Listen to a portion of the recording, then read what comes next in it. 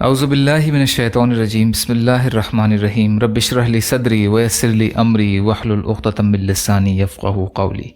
بکھرے موتی حصہ اول، وضو کے وقت کی خاص دعا۔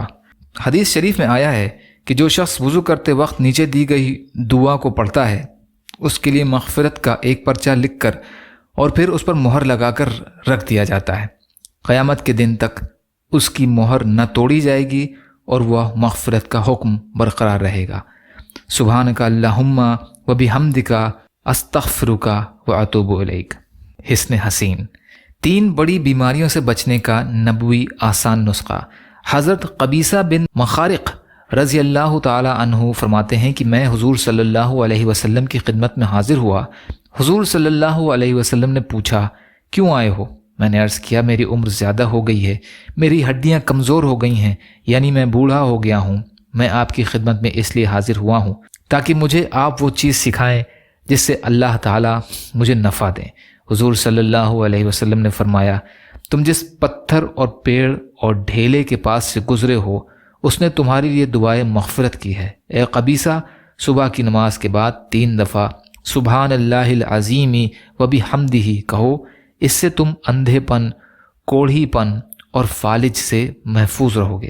اے قبیصہ، یہ دعا بھی پڑھا کرو، اللہم انی اسألک مما عندک واحفظ علی من فضلک وانشر علی من رحمتک وانزل علی من برکتک۔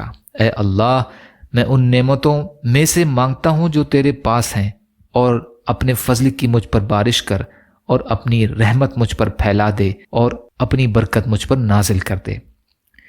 شیطان کا پیشاب انسان کے کان میں۔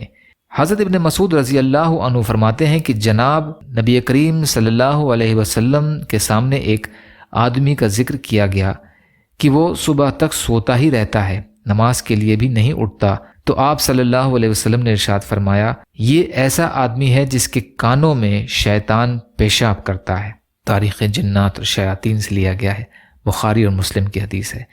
یا اللہ ہم سب کو کہنے سننے سے زیادہ عمل کی توفیق عطا فرما۔ یا اللہ مظلوم فلسطینیوں کی، کشمیریوں کی، روہنگیا مسلمانوں کی اور مسلمان جہاں بھی پریشان حال ہیں، ظالموں کے ظلم کا شکار ہیں، آپ ان کی بھرپور مدد فرمائیے۔ ہم سب کو اپنی استطاعت کے بقدر اپنا حق ادا کرنے والا بنائیے۔ یا اللہ آپ قادر مطلق ہیں، آپ کے لیے ہر چیز آسان ہے، ہمارے لیے بھی آسانیاں پیدا فرمائیے۔ یا اللہ صبر کرنے والا، شکر کرنے والا اور اچھی طرح عبادت کرنے والا بنائیے۔ یا اللہ اپنے حلال میں سے دیجیے، حرام سے بچائیے، اپنے غیر سے بے نیاز کر دیجیے، تمام بیماریوں سے، وباؤں سے ہم سب کو محفوظ کر دیجیے۔ ربنا تقبل منا انک انت السمیع العلیم برحمتک یا ارحم الراحمین۔ لا الہ الا اللہ محمد رسول اللہ۔ السلام علیکم ورحمۃ اللہ وبرکاتہ۔